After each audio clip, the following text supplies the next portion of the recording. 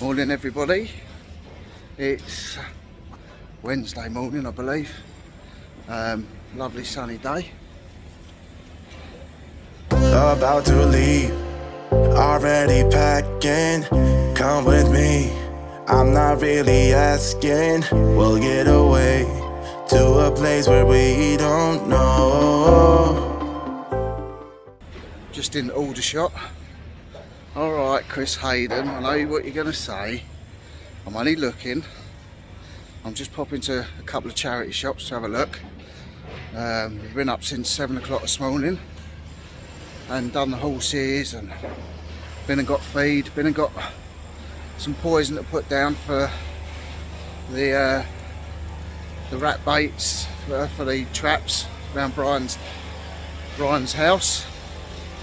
Probably going to pop back to his later, might get him to give us a few words of wisdom, might get him to record a little something.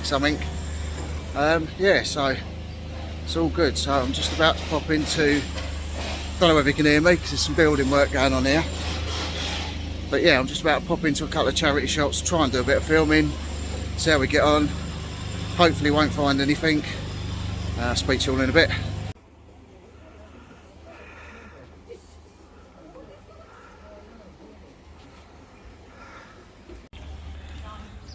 Looks like they're going through and individually pricing their vinyl now. They're displaying it on the walls separately and stuff.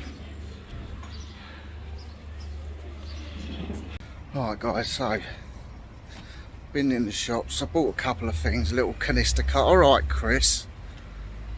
Alright Mr. Hayden. I bought a canister card game for £2, goes for about a tenner. I bought I can't even remember what the other game was.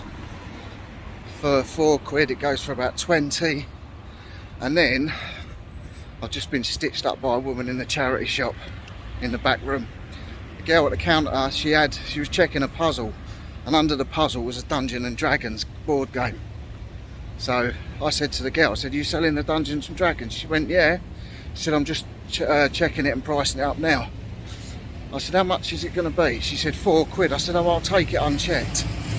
Anyway, she went to pass it over to me, and the woman in the back room shouted at her and said, "That one's a collector's game, it's £15. So I was going to buy it unchecked, but I've made them check it now if I'm going to pay £15. It goes for 40 to 50, so it might as well be, yeah, might as well be want it checked if I'm paying £15. But say for 40 to 50 quid, it's a good buy. Don't like paying 40, don't like paying £15 for board games, but like I say, sometimes you have to. Well, hello, it's Brian Blessed here. Sorry about my red eye. I got some grit in it, and it's made it a bit red. But then that's all right, because as you know, at the moment, I'm the biggest thing in the entertainment industry. Do you know why I'm the biggest thing? Because I am Red Ivan in Evil Genius 2, which has just come out, the game, and it's broken all world records. I talk it like it is. I'm Red Ivan, a frightening, terrifying character in Red Ivan. Now, I've been doing that, and it's apparently the biggest hit in the history of games. Anyway, a short video for you. Of course, everybody adores me because of Flash Gordon. Gordon's alive. Gordon's alive! But what they really,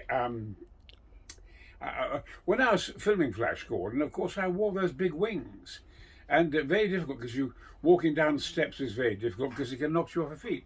But of course, with those wings, I couldn't sit down. And so the carpenters built me a perch. So when I was filming in between shots, I sat on a perch. And all the camera crews went, "Pretty Polly, pretty Polly, pretty Polly." I said, "Bugger off, fuck off." Cheeky bastards. And so they built me a perch. But when I was a child, I used to go and see Flash Gordon in black and white. In Goldthorpe. Dad being a coal miner, in Goldthorpe. And it was marked with Buster Crabbe brilliant in black and white. And at the end of each episode on a Saturday, they were half an hour long. They're on television at the moment, I think. Half an hour long, we'd go down the embankments trying to work out how Flash Gordon will escape in that particular episode.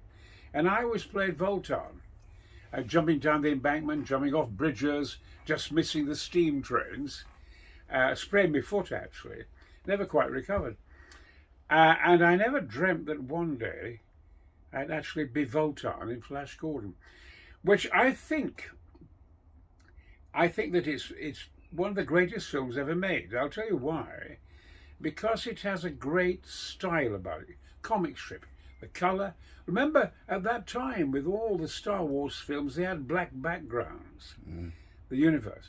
We had purple sunsets and green and blue and pink. And new techniques were being used. But Flash Gordon has a purity about it, a comic strip purity. They must never, ever try to repeat it. As everybody was perfectly cast. I remember where Ming the Merciless, he's just died, Max von Sydow, was a great actor in Sweden. He did all those wonderful films, etc., Wild Strawberries and all that. And he's just one of the great Swedish actors. The Seventh Seal. He played the knight. Yeah. Anyway, he was Ming.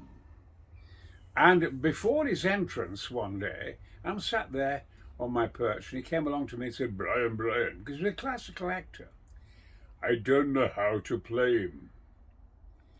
I'm going to be filming in a moment, my entrance. I don't know what to do. I don't see him.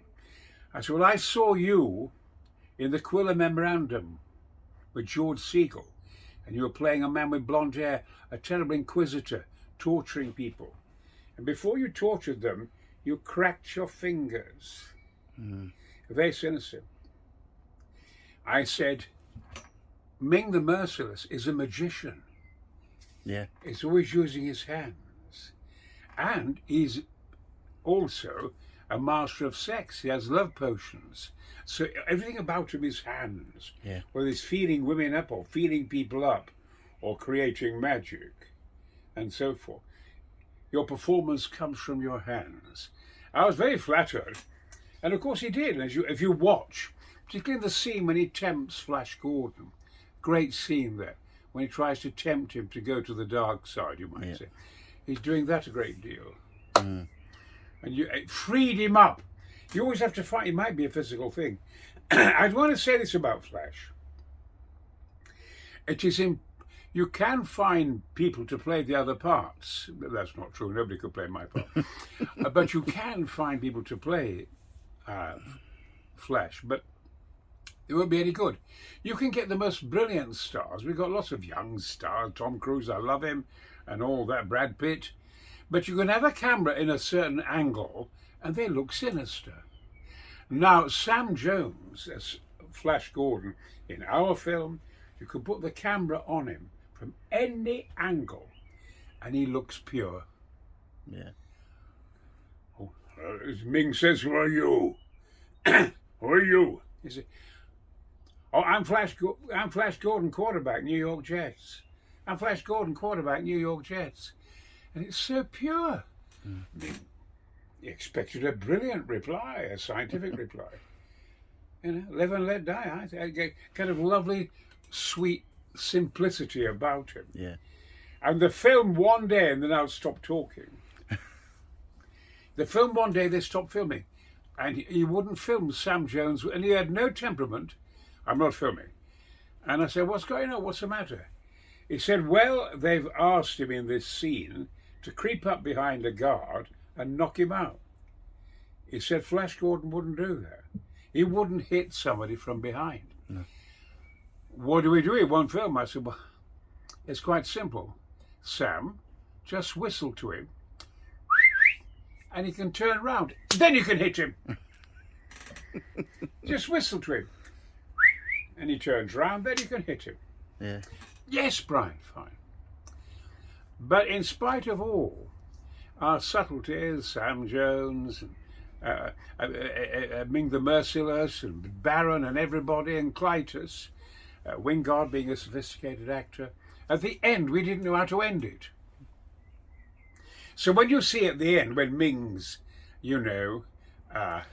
dead, you see that machine come across, and Melody says, Dale, look out, Flash, look out, stand still. And it says, hail, Flash Gordon, you have saved your world. And nobody knew what to do. So what do we do? And Sam said, no, run it again, let's put the camera on me. This thing came, look out, Flash! Zzz, came across. Congratulations, whatever. Flash Gordon, you have saved your world. He went, yeah! And that's all he did. And it was pure brilliance. Nobody had thought of that. Yeah. And it was such a joy. Right, guys, so you just heard that from the man himself. You're not going to get this anywhere else, so like and subscribe to the channel, and you might get a bit more from this guy at some stage. Even more. I mean, the people say, isn't it dangerous, Mr. Blessed, you climbing Mount Everest? Isn't it dangerous, you going to the North Pole? I always say the greatest danger in life is not taking the adventure. Go for it. Go for it and don't let the bastards grind you down. There you go, you can't say fairer than that. This is the nice bit of horses, guys. Come in. Just put her some hay down. Hey, you good girl? You're a good girl. Beautiful pony. Look at this. Brave decision. Good boy. Good boy. That's a good boy. You come to see me, John? Look at that, beautiful. Come here. Come on. Come on, John. You usually come to me because I know I'll give you treats. Hello, little boy. Hey, you come to see me? Was you in your field? Go on then.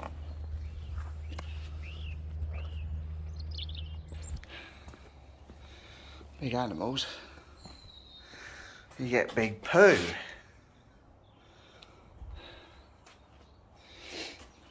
So you go through, muck them out.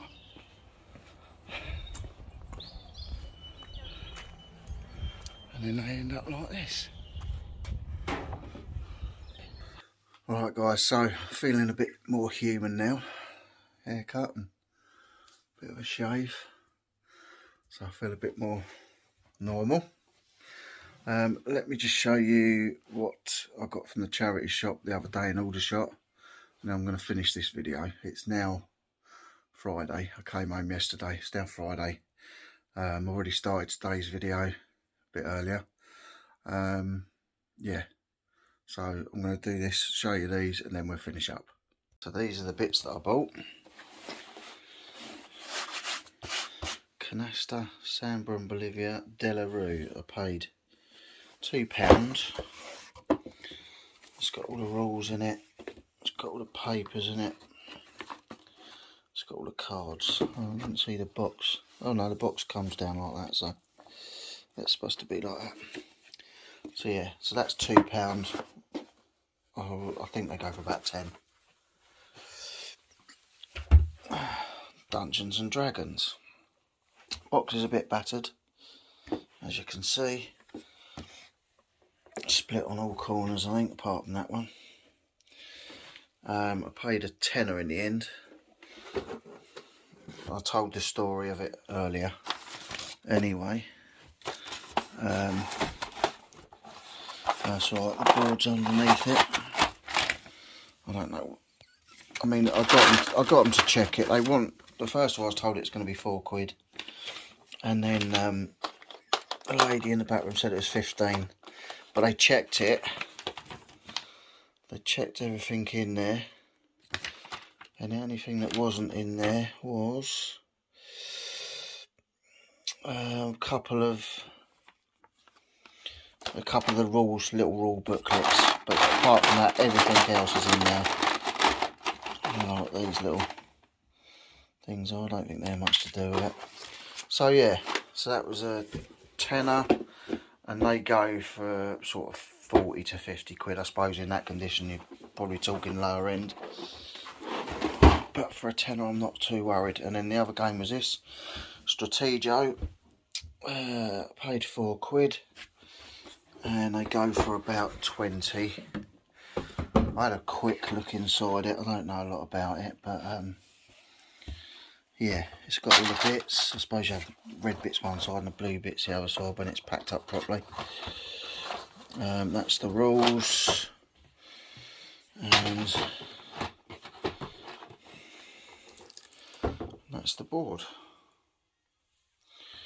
which all looks okay. And I think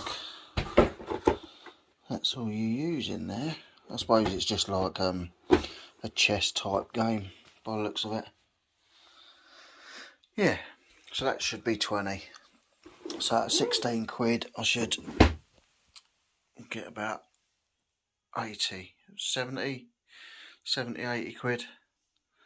But yeah, that's not too bad. Yeah, so that's that. I'm going to crack on now. I've got some parcels to pack and some other bits to do. So I've taken my son, and obviously we've got our haircut today. Done a few other bits, but I'm going to get on now. So if you like the video, give it a big thumbs up. If you're not subscribed, consider subscribing. And if you are subscribed, remember to hit that notification bell so you know whenever I'm uploading or going live. And I'll speak to you all again soon. Bye. Knight's Life.